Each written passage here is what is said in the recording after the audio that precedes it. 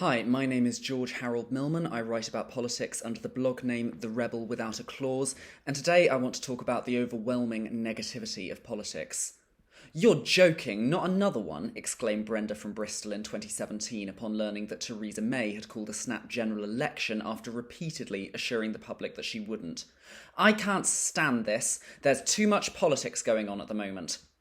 The 2017 general election took place a year after both a referendum on our EU membership and a coup by the Labour Party against its elected leader, 2 years after another general election and 3 years after a referendum on whether Scotland should become an independent state. So Brenda had a point. There had indeed been an unusually high number of elections and miscellaneous political exercises in recent times. Brenda's words became one of the most widely shared election-related videos in UK history. Even now, in 2024, she is so well remembered that yesterday, when I was tasked with asking the questions in a Quiz League game, there was a question about what her name was, and it was answered correctly. And then, one of the participants said, "She spoke for the nation." But what exactly did Brenda mean by "there's too much politics going on at the moment"? After all, politics is ongoing, so that's not exactly a clear statement. Did she mean she wants fewer opportunities to participate in democracy? She's never given any clarifications, so one can only speculate on what she meant, but I think that at the very least we can conclude that Brenda finds election campaigns to be a deeply, deeply unpleasant experience. It is this that I think is what caused the entirety of the UK to unite with Brenda, because we all find elections to be horrible. Particularly as Brits, we're often told to steer clear of religion and politics in polite company, and during election time, we can't do that. We're repeatedly told who we should and shouldn't vote for, we struggle to understand much of it, and we have to pretend that we're more informed than we actually probably are. I'm as bad with this as anyone else is. I find I spend most of my time wanting an election, and then when one is actually called, I suffer from severe anxiety and find myself thinking, this is absolutely awful. Why on earth did I ever want this? But the 2017 election in particular is very memorable for me in terms of both how low I was when it was called and how excited I became by the result. In early 2017, I was at a particularly low point in my life, and when the general election was called, I was absolutely certain that Theresa May would achieve the supermajority she was expected to get, we'd lose all hope of ever improving anything, and basically, shit would only get worse. But obviously, that didn't happen. The Labour Party did a really great campaign, and the Tories actually lost seats. I remember watching the election coverage and all the pundits were absolutely stunned. Apparently Rupert Murdoch stormed out of the room when he saw the exit poll. 7 years on, I've noticed quite a lot of revisionism in people's recollections of that moment. Nowadays, you're more likely to hear how badly Labour performed, that they couldn't even beat a Prime Minister as awful as Theresa May.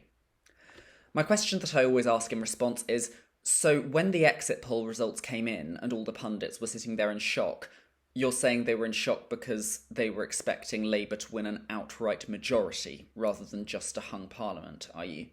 Because I really do not believe this was the expectation. It was not expected that by appealing to hope rather than to fear, a political party would be able to come back in a general election when they were that far behind in the polls to begin with. Essentially, the idea was that it's negative ideas, not positive ones, that win seats.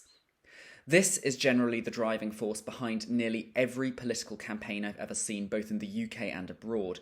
I remember in the 2016 US presidential election, a meme was being shared around that said, "Donald Trump, pros, not Hillary Clinton, cons, Donald Trump.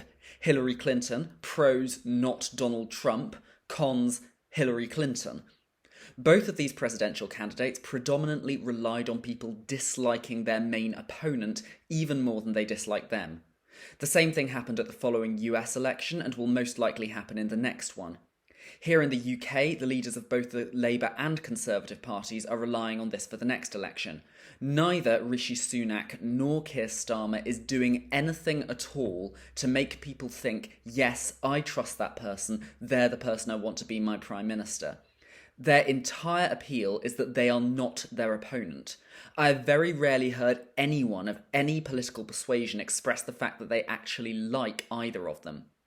I find this exceptionally harmful, and I think that this association of politics with negativity has a significant impact on social discourse, because truthfully, I don't think politics should be negative.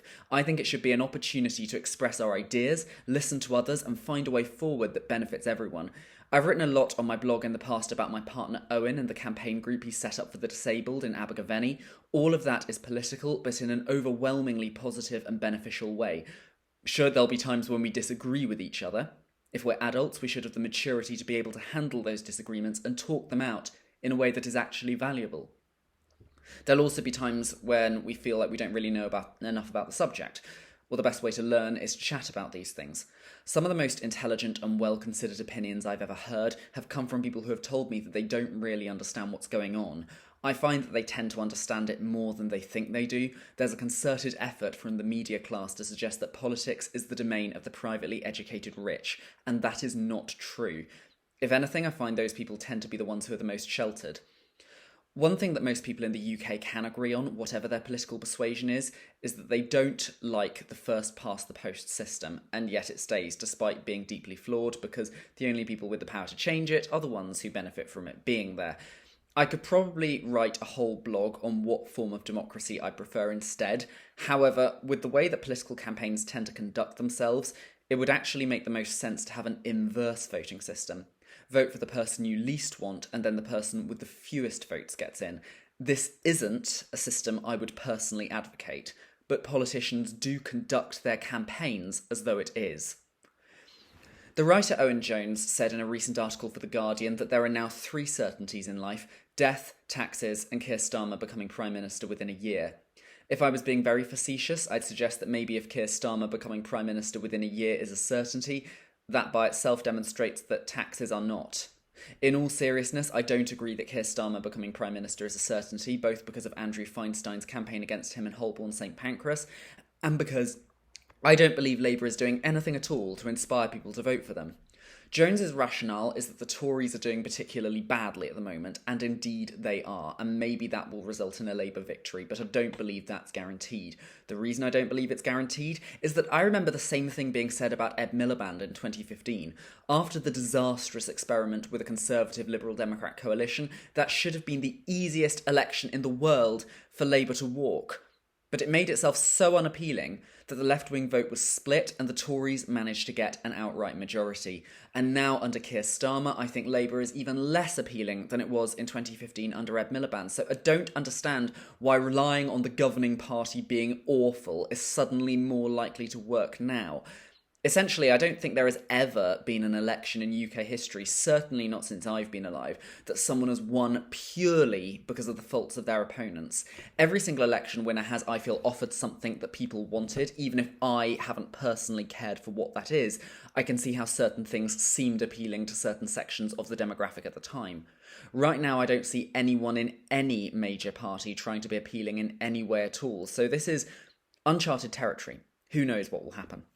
What I can say for certain is that politics does not need to be this negative. Have conversations with people, read about things from all different sources, don't be afraid to talk about your own feelings, and don't be afraid to be disagreed with. Politics in the UK, and probably in most countries, is absolutely toxic. For this reason, I think Brenda from Bristol had a point, but I also think it's shameful that she had a point. We shouldn't live in a world where people dread the occasions where they get to participate in democracy. We don't have to have that world.